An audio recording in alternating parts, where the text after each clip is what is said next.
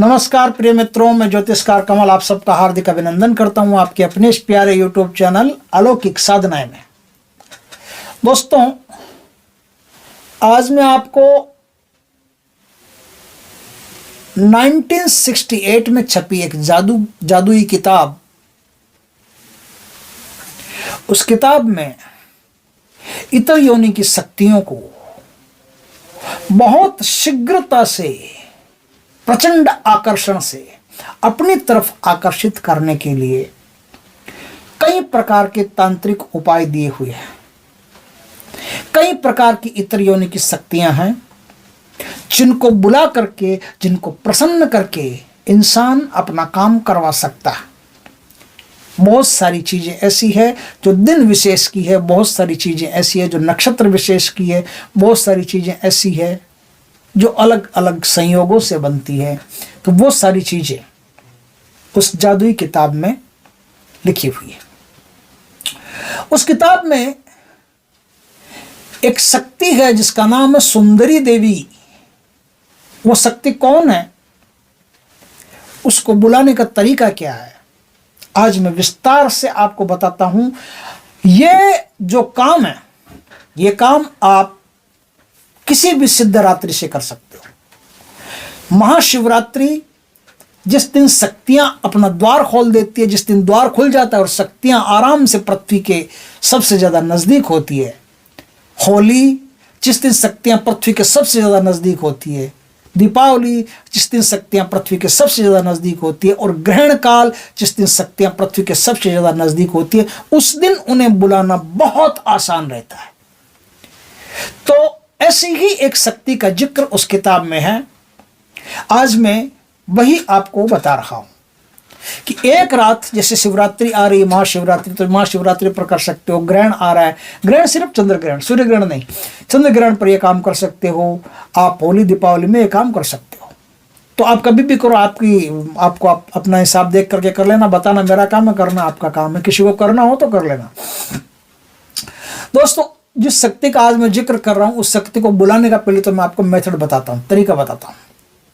आपको देशी गाय जो होती है, एक तो होती है अमेरिकन गाय, है ना, एक होती है देशी गाय। देशी गाय का ठीक 1.25 किलो दूध लेना है। ठीक का मतलब एकदम नाप तोल के बराबर नहीं, 1.25 किलो, लगभग 1.25 किलो, है ना। 1 किलो 250 ग्राम दूध लेना है आपको ना, 1 किलो 250 ग्राम दूध लेना है। कब लेना है, आप पहले लेकर के रखिएगा। शाम को ले सकते हो, सुबह भी ले सकते हो, कभी भी ले सकते हो, लेना और फिर तुरंत आपको ये काम करना। दूध एकदम प्योर होना चाहिए, क्योंकि एकदम प्योर होगा तभी उसमें मजा आएगा, नहीं तो मजा नहीं आएगा।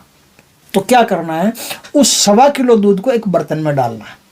बर्तन थोड़ा चौड़ा लीजिएगा, है ना, चौड़ा बर्तन लीजिएगा, उस बर्तन में डालना और अब हल्की हल्की आंच पर उसको पकाना है। अब क्या होता है, दूध जब पकता है तो उसमें कई प्रकार के बुदबुदे टाइप ऊपर झाग जो बनते हैं ना, कई प्रकार के झाग बनते हैं। समझ गए बात को, कई प्रकार के झाग बनते हैं। कई प्रकार के झाग बनते हैं क्योंकि स्पीड तेज रहती है। इसलिए अगर स्पीड कम कर दी जाए, अगर नीचे से फायर जो फ्लेम कम कर दी जाए, और कम फ्लेम में उसको पकाया जाए, तो धीरे धीरे दूध रस करके उसके ऊपर एक ही गुब्बारे टाइप का एक ही झाग बनेगा, पूरा एक ही। जैसे ही वो झाग बने, वैसे ही किसी वो होता है ना, कोणदार चम्मच होता है, कोई और चक्कू होता है, कुछ भी होता है, उससे आराम से वो झाग उतार लीजिए, उतार करके कलेक्ट कर लीजिए। एक चीज आपके पास आ गई है। अब आपको चाहिए कांच का एक मर्तबान, कांच का एक बर्तन, जिसमें वो होता है ना, जिसमें टॉफियां वॉफियां रख करके दुकानों में बेची जाती है ना, लॉलीपॉप टॉफियां ऐसी पता नहीं क्या क्या रख करके बेची जाती है। ऐसा कोई मर्तबान ले लीजिए, बढ़िया नया ले लीजिए, बढ़िया सुंदर। उस मर्तबान में आपको आधा मर्तबान, या आधा जो क्या बोलते हैं उसको, कुछ नाम होता है उसका, आधा बर्तन भर करके उसमें शहद भरना। एकदम ओरिजिनल मधुमक्खियों वाला शहद होना चाहिए। आधा शहद भर लीजिए, आधा शहद भर लीजिए। अब उस शहद के ऊपर वो झाग आप डाल दीजिए। झाग आपने डाल दिया। अब आपको क्या करना है, गेंदे के जो फूल होते हैं, सुगंधित गेंदे के फूल आप लेके आइए। वो सुगंधित गेंदे के फूल में सुगंध होनी जरूरी है। याद रखना, सुगंधित फूल होंगे तभी काम होगा, नहीं तो काम नहीं होगा। गेंदे के फूल सुगंधित, उसमें एक एक करके, कोई मंत्र नहीं है साधना में, कोई माला नहीं है, कोई मंत्र नहीं है, कोई गुरु नहीं है, कुछ नहीं। आप आराम से करो, इस साधना को आराम से करके अपने घर पे शक्ति लेके आ सकते हो।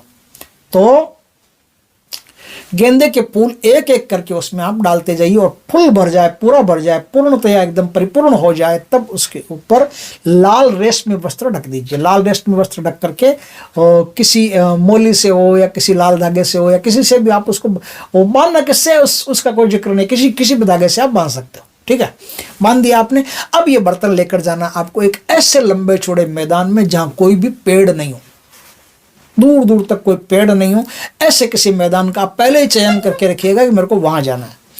उस मैदान में जाकर के आपको उत्तर दिशा की तरफ अपना मुख रख करके सिंगरफ पत्थर जो आता है, सिंगरफ पत्थर का चूर्ण बना करके उससे एक बहुत बड़ा घेरा, एक बड़ा घेरा, कम से कम आप समझ लो ना कि 4 मीटर 5 मीटर का घेरा आपको बनाना पड़ेगा।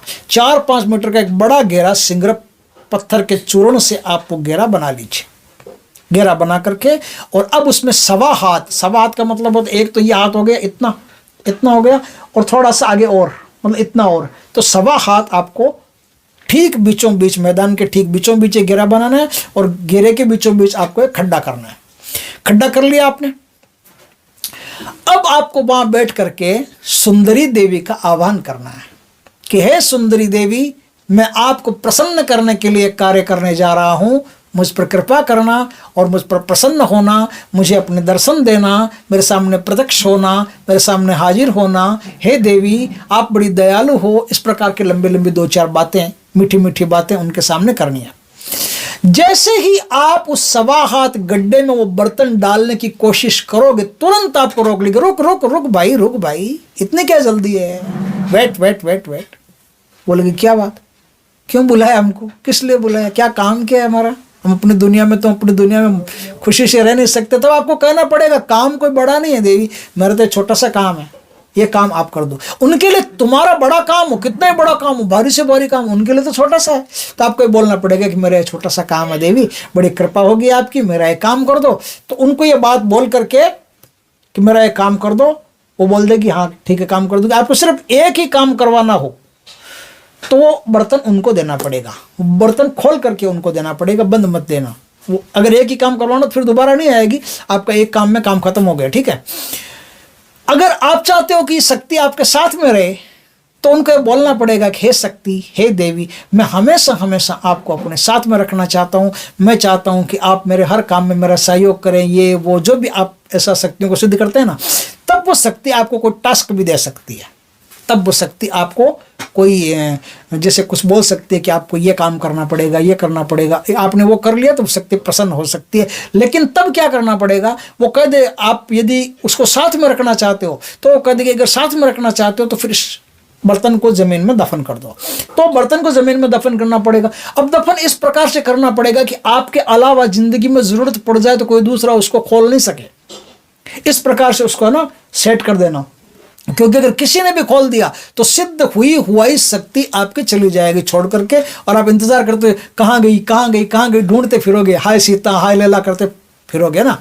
तो इस प्रकार से पहले से ही आप ना उसको बंद करके अच्छी तरह से, और इस प्रकार से कर दें कि किसी को पता ही नहीं चले कि यहाँ क्या है, सिर्फ आपको पता रहे कि आपने डब्बा कहाँ गाड़ा है।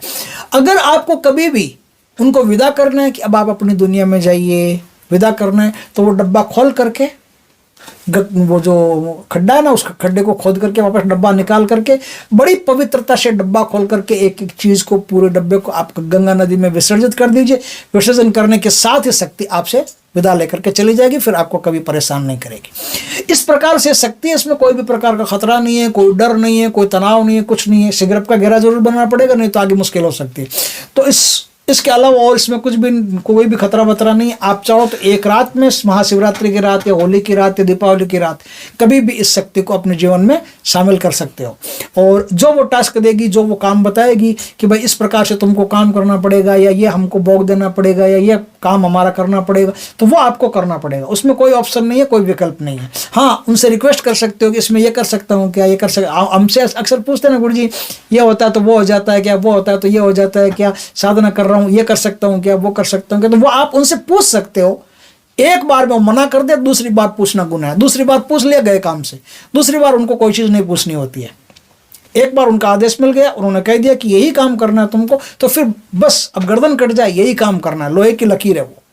तो इस प्रकार से इस साधना को करके, इस छोटे से उपाय को करके आप अपने जीवन में एक बहुत बड़ी शक्ति को इन्वॉल्व कर सकते हो और बहुत बड़े बड़े काम बिल्कुल आसानी से कर सकते हो। कई लोग तो चाहते हैं तो इससे दरबार भी लगा सकते हैं, इससे बहुत कुछ कर सकते हैं। लेकिन जहाँ तक मैं समझता हूँ, कोई हनुमान जी की पाठ पूजा करने वाला या नरसिंह भगवान की पाठ पूजा करने वाला या उग्र देवी देवताओं की पाठ पूजा करने वाला आदमी इस क्षेत्र में न जाए तो ज़्यादा बढ़िया रहेगा। क्योंकि ये जो सुंदरी देवी है ना, उस किताब में तो नहीं लिखा है कि सुंदरी देवी कौन है, लेकिन मुझे अच्छी तरह से पता है, क्योंकि एक बार मैंने सुंदरी देवी की साधना एस्ट्रोकमल पे दी थी, तो मुझे अच्छी तरह पता है कि सुंदरी देवी एक प्रेतनी है और कुछ नहीं। तो ये है एक प्रेतनी। और हनुमान जी आदि की जो उग्र देवी देवताओं की साधना करने वाले हैं, उनको नेगेटिव रिजल्ट मिल सकते हैं, उनको परेशानी हो सकती है, तो उनको इस क्षेत्र में कभी नहीं जाना चाहिए। बाकी जो कोई काली माता ही करता है, भैरव की करता है, या कोई हिंदू है ही नहीं, मान लो जैसे कोई गैर मजहब का है, तो वो आराम से कर सकता है इसको, ठीक है ना। तो इस प्रकार से मैंने अच्छी तरह से सुरक्षित ढंग से आपको पूरी जानकारी दे दी है। यदि किसी को करना हो तो इस प्रकार से करके शक्ति को अपने जीवन में प्रवेश करा सकते हैं। दोस्तों, वीडियो अच्छा लगे तो लाइक करना, कमेंट करना, शेयर करना। पहली बार हमारे चैनल पर आए, चैनल को सब्सक्राइब करना, पास में जो बेल आइकन का बटन है वो दबा देना, ताकि हमारी ज्ञानवर्धक जानकारीपूर्ण वीडियो सबसे पहले आपके पास आ सके। जय श्री कृष्णा दोस्तों।